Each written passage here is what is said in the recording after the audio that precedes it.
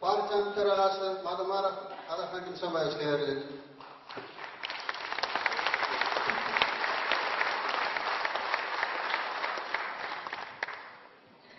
Рахмат. Урматтуу делегаттар, көрсөтүлгөн жанагы видео тасмада биздин аткарылган иштер боюнча, биздин көз карашыбыз боюнча, андан кийин менимче ушул съезд алдында бүтүндөй Кыргызстанды түрө кыдырып, 7 дубанын бардык жеринде болуп, бир да район калган жок. Жыйындарды өткөрүү учурунда жеткиликтүү даражада маалыматты бердик деп эсептейм. Бул биринчи жагы. Экинчиден, кече биздин жанагы аба ырайын белгилөөчү, дайындоочу, же болбосо бир божомолдоочу борбордун берген маалыматы боюнча Кыргыз Республикасында бүгүн айрыкча Бишкек шаарында 42 даражага чейин күн ысыйтып атат. Ошону эске алуу менен сиздердин баалуу убактыңыздарды эффективдүү пайдалануу максатында мен жазылган докладты таптакыр окубай эле койсом деп чечип атам. Ансында маалыматтар толугу менен бар сиздерде. Могул папканын ичиндеги ушул расмий съездге карата чыгарылган гезиттерибиздин ичинде дагы бир топ маалыматтар бар. Мен ток этер жерин айтканда, өткөн жылкы 2010 жылы бүтүн Кыргызстан саясий партиясынын алдына койгон саясий максаттары дагы бир жолу туура экендигинде жана ошол коюлган максаттар биздин карапайым калктын толук кызыкчылыгына жооп берер экендигинде эч кандай шегим жок. Аны Кыргызстанды түрө кыдырган мезгилде сиздер менен эл менен жолугушкан мезгилде дагы бир жолу тактап алдык, далилдеп алдык. 2010 жыл бүтүн Кыргызстан саясий партиясы үчүн эң чоң сыноочу жыл болду. Сыноодон өттүк. Бул боюнча биздин жер-жердеги иштеген биздин активисттерге бүтүндөй Кыргызстандын элине терең ыраазычылык айтып коюшубуз керек. Себеп өткөн жылкы парламенттик шайлоодо бүтүн Кыргызстанды төбөсүнө түп көтөрүп алган биздин Кыргызстандын эли болду.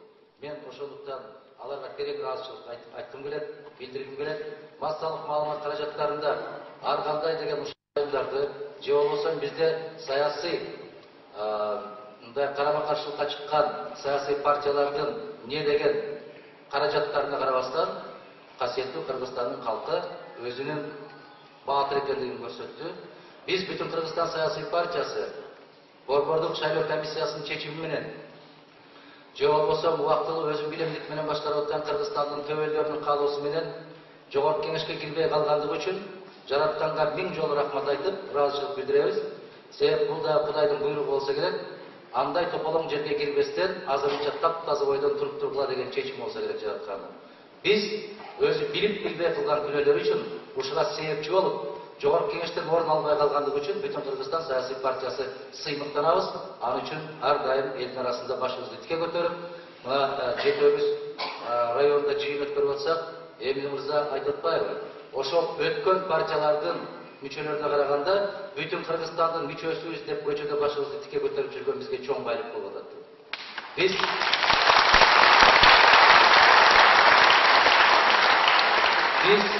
көптөн азап чеккен, конуда касиетиде учуп аткан, ал үйгө кирбей калганыбыздан эмес, биз карапайым кыргыз элинин жүрөгүнөн, көкүрөгүнөн орун алган партия катарында биз бай партиябыз, биз сыймыктанабыз.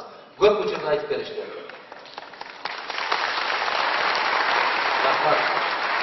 Көп учурда айтып беришти, бүтүн Кыргызстан саясий партиясынын акча каражаты жок деп.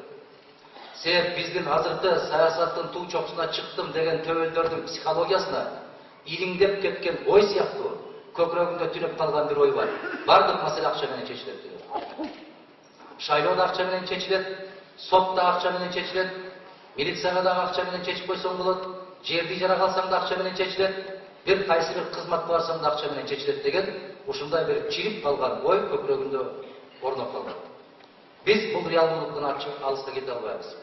Бирок бүтүн Кыргызстан саясий партиясы 21-кылымдын башында мына ушунчалык бейил мезгилде биздин касиеттүү Кыргызстан бар. Эмне үчүн бар? Дал ушул көкүрөгүндөгү таза ойлору бар азаматтар, инсандар көп болгон үчүн. Биз илгертен айтып келген, таттуу ойду татаал турмуш жеңип атат деп. Өтө кыйналып, ошол 200 сом, 300 сомго муктаж болуп турган мезгилде дагы өз арыетін, өз намысын сатпастан тазалык үчүн күрөшүп келген сиздер баатырсыздар, биздин Кыргызстандын эли баатыр. Ана ошол саясий партиялар айтып берет. Азыркы болочоктогу боло турган шайлоодо дагы кимдин канча акча каражаттары бар экен деп. Анын арасында массалык маалымат каражаттары жазып жүрөт. Күндөн күнгө сандан санга чыгат. Кайсы талапкер канча акча жыйнап алышы мүмкүн деп. Бирок бүтүн Кыргызстан саясий партиясынын төрагасы катарында мен сиздердин алдыңыздарда салтанаттуу түрдө айтып коем. Мамлекеттин эң чоң байлыгын түзгөн карапайым калк эч качан эч кандай акчага сатып ала албайсың. Бул тарабынан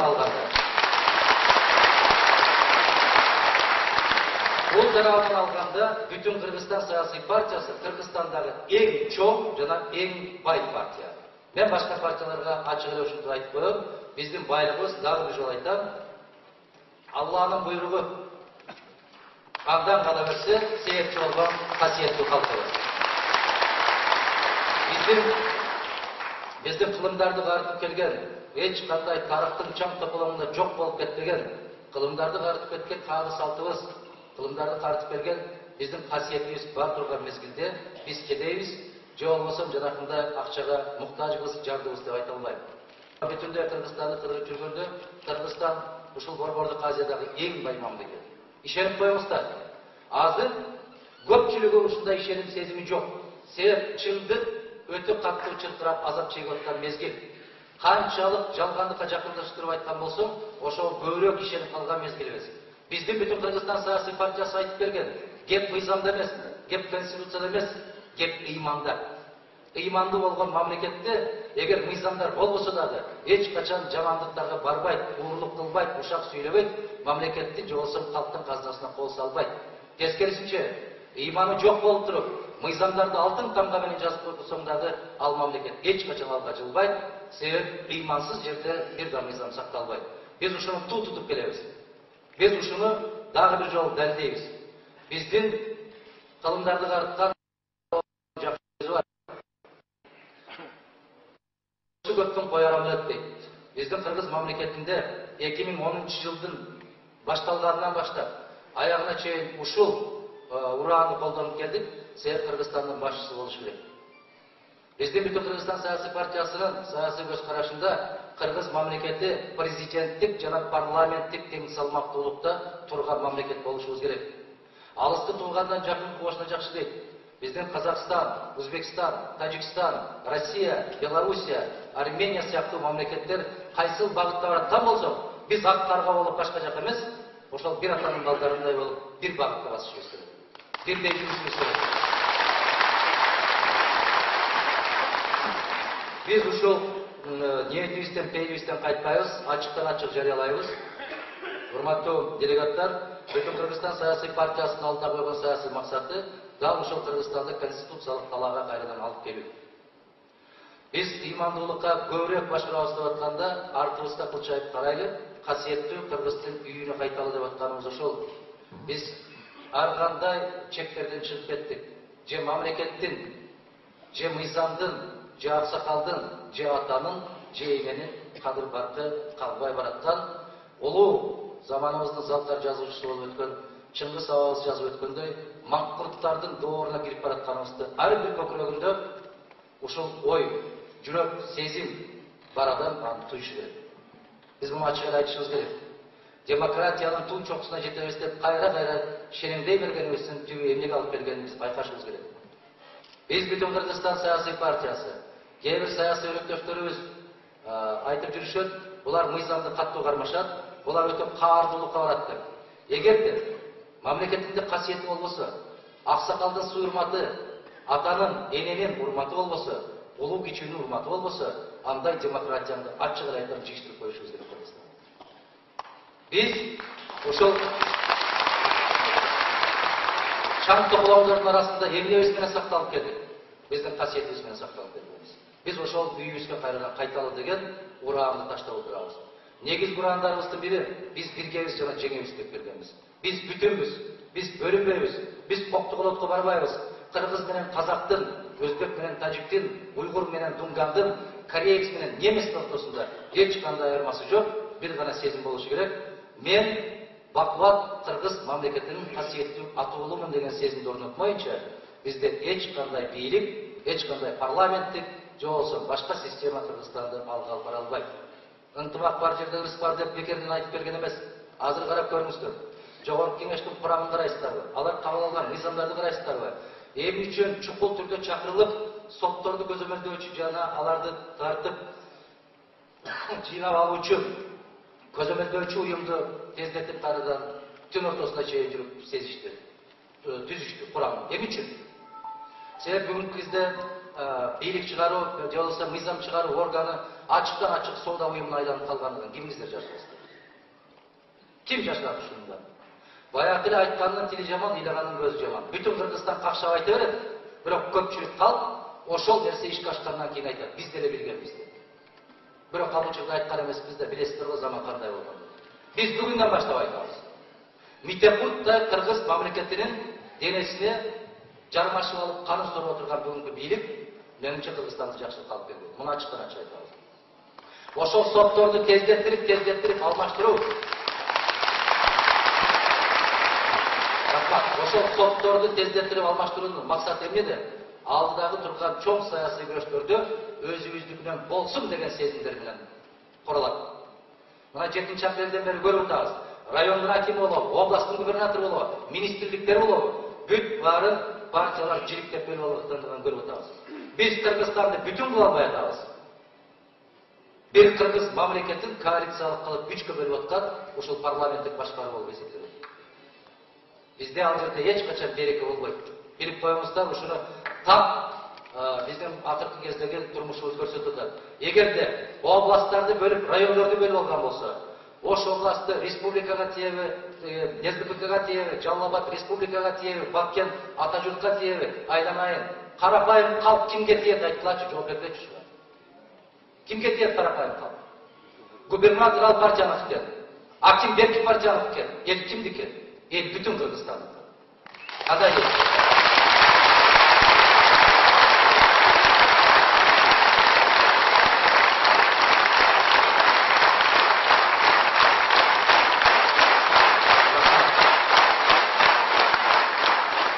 Рахмат.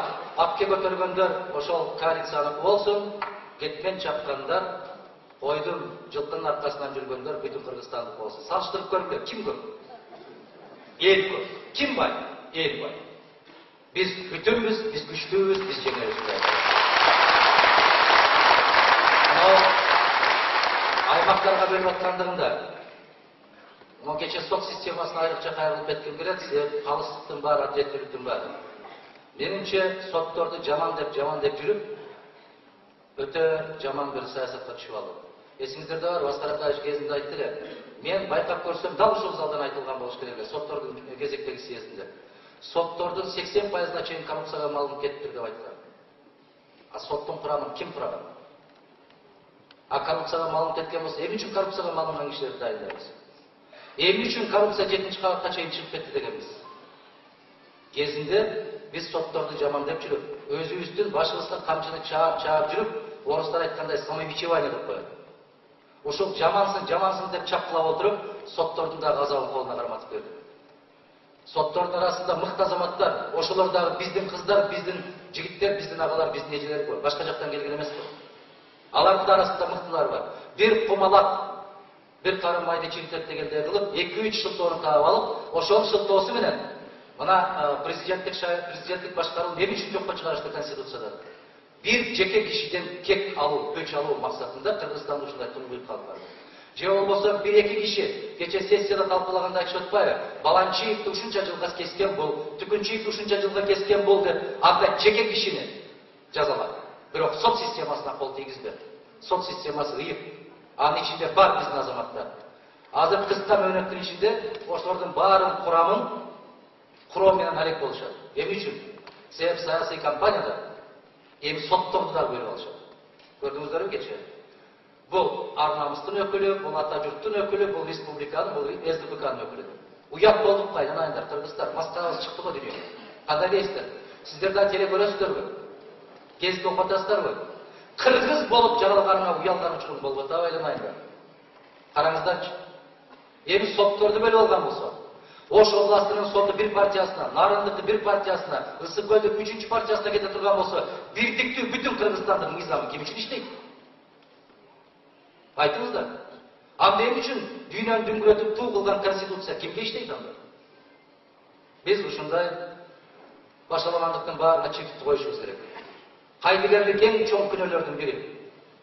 Биз да четте туруп алып туруп жакшы болуп атат, абдан туура болуп атат деп үн чыгарбай койсок болмок. А эмне үчүн Кыргыз мамлекетинин конституциясын, мыйзамдарын ыйык сактайт деген биздин өзгөчө жоокерлерибизди, Альфанын кызматкерлери, милициянын кызматкерлери эмне үчүн тебелеп соккон болсо, тескерисинче алар конституцияны, ошол мыйзамды ичкен антын актаганлыгы үчүн алар жоопкерчилик тартыш керек айланайында. Айтылачы, баалуулук кайда кетип барды?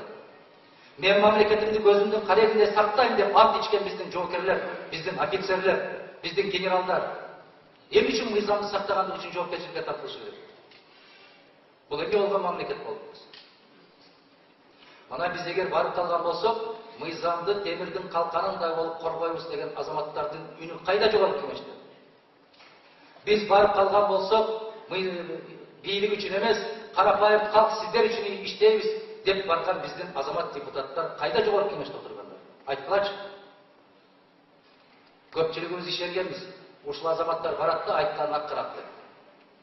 Бүтүн Кыргызстан саясий партиясы биринчи күндөн баштап 55 каршы күрөш жүргүзгөн, күрөш жарыялаган, ошол күрөштүн үстүндө тура беребиз. Соода саттыкка бир күнгө барган эмеспиз, барбайбыз. Биздин мамлекетте президенттик күчтүү башкаруу бийлиги орномойнча, ал аткаруу бийлигин күчтүү, көз карандысыз, көзөмөлгө алып туруучу парламент болмоюнча и сот системасы бизде өз алдынча болмоюнча Кыргызстан эч качан алга жыла албайбыз. Ишенип коюңуздар. Бүгүнкү күнү эмне үчүн жерлерде мыйзам бузуулар болуп атса, милицияга же сотко кайрылбастан жергиликтүү авторитеттерге кайрылып атат карапайым калк. Эмне үчүн? Себеп милициясы менен соту чечкенге чейин жергиликтүү авторитеттер тез дагы чечет, арзан дагы чечет. Кандай дейсиздер? Арыз жаз деп отурбайт алар. Канча карызы бар дейт. Ушунча деген болсоң 10%-ын бересиңби дейт, закат сыяктуу кылып. Беребиз дейт, сеники деген болсоң түнү менен өндүрүп алып кетирип атпайбы? Кайда биздин милиция? Кайда биздин сот? Мана жергиликтүү бийликтин эң түпкүрүндө жайгашкан айыл өкмөтүнөн баштап биздин абыл төгүнгө чейинки жеткен даражабыз ушул. Бүтүн Кыргызстан саясий партиясы сот системасында өздөрүнүн реформасын Кудай буйруп 100 күндүн ичинде жеткиликтүү адистер менен даярдайбыз деген убадабызды бере алабыз. Айыл чарба тармагы боюнча атайын жетекчи чыккан, ал жерде Леонид Николаевич Калашников отурат, биздин саясий кеңештин мүчөсү, аксакал киши. Ондогон жылдар бою Кыргызстандагы айыл чарбасынын жагдайын бүт бардыгын ушул Москвага чейин борбордук кездерде иштеп жүрүп жатат. Биз билим берүү тармагында белгилүү сиздерге, саламаттык сактоо тармагында өз карашыбыздан белгилүү. Эгерде кандайдыр бир түшүнбөстүк суроолор болгон болсо, баарына мен жооп бергенге даярмын. Кудай буйрса, Кудай кааласа, биздин келечегибиз кең. Я хочу выразить благодарность всем тем, которые были приглашены сегодня, особенно зарубежные представительства, которые были аккредитованы у нас в Бишкеке, в Кыргызстане, международные институты. Я хочу выразить вам благодарность. Наша главная цель и надежда, и задача в этой жизни остается незыблемой. Это в будущем построить единый и неделимый Кыргызстан, сильное государство, самодостаточное общество, которое имеет себе цену. Мы в последнее время очень часто занимаемся самобичеванием. У нас, как в свое время говорил один из ярчайших представителей литературы и языка, Салиjan Жиретов, комплекс неполноценности. Запомните раз и навсегда, начиная от президента, кончая губернаторами, если из-за рубежа, особенно из дальнего зарубежа, прилетает какой-то четвертый помощник какого-то заместителя, хватит, наверное, бежать и встречать в аэропорту, обниматься, целоваться, ради того, чтобы он, возможно, он решит вопрос подачки по отношению к кыргызскому народу. Больно и обидно.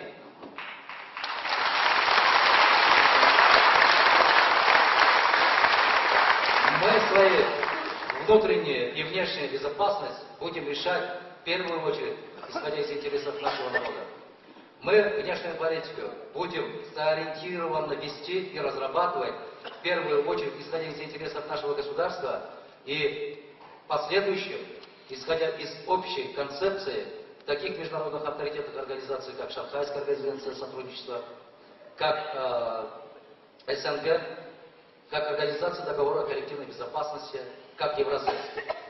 Мы сегодня не понимаем, какие угрозы, какие новые вызова стоят перед кыргызским народом, кыргызским государством.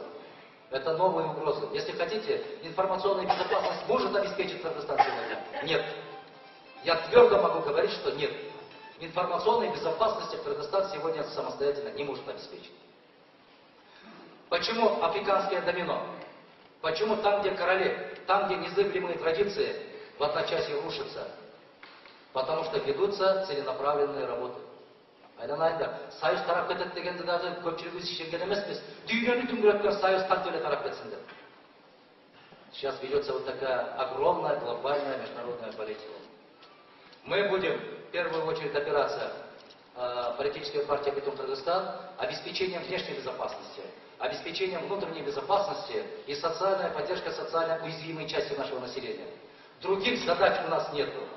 Все те, которые говорят, что по столько-то там процентов мы построим столько-то дорог, столько-то мостов, это все блеф. Это всегда строил народ, и строит народ, и будет строить народ, и это будет построено за счет народа. Если кто-то в этом сомневается, кто-то нашел какой-то золотой сундук, тот глубоко заблуждается. Единственное, мы не понимаем, с одного кармана берем и начинаем закладывать в другой карман, и тот карман не обижается, а тот карман радуется. Вот это и есть наша с вами политическая культура. Мы не понимаем. И в будущем наши стратегические планы, я еще раз хочу подчеркнуть, в области здравоохранения, в области сельского хозяйства, в области фискальной политики, судебной ветви власти. Я уже на кыргызском языке говорил, хватит заниматься самобичеванием судебной ветви власти. Надо уважить эту систему власти. Она такая же власть, как законодательная, как исполнительная власть. Это равная власть. Если хотите, любой человек хочет обуздать. Сегодня дошли до крайности. Каждый судебный орган областного, городского или районного уровня, они будут поделены, уже поделились между политическими партиями. Позор. Позор. Нигде, ни в одной стране в мире такого нет. Что по квоте 3 судьи от Ататюрка, 3 судьи от СДПК, 3 судьи, и в результате каша, в результате бардак. Если кто-то не согласен со мной, с моими выводами, время докажет, история докажет. И мы почему возвращаемся к истокам, почему открытие памятника Исхаку Разакова, почему Джусупу Абдрахманову, почему мы 25 августа, дай Бог, в этом году будем открывать в честь 115-летия выдающегося кыргызского государственного деятеля Баяла Исакеева. Кстати, дочка Баяла Исакеева, Лариса Исакеева, вот здесь присутствует, сидит. Приветствую вас. Приветствую. Дочка Джусупа Абдрахманова, Ленина Юсуповна, выразила вам глубокую признательность всем членам нашей партии, низкий поклон, и в связи с состоянием здоровья она сегодня не может присутствовать.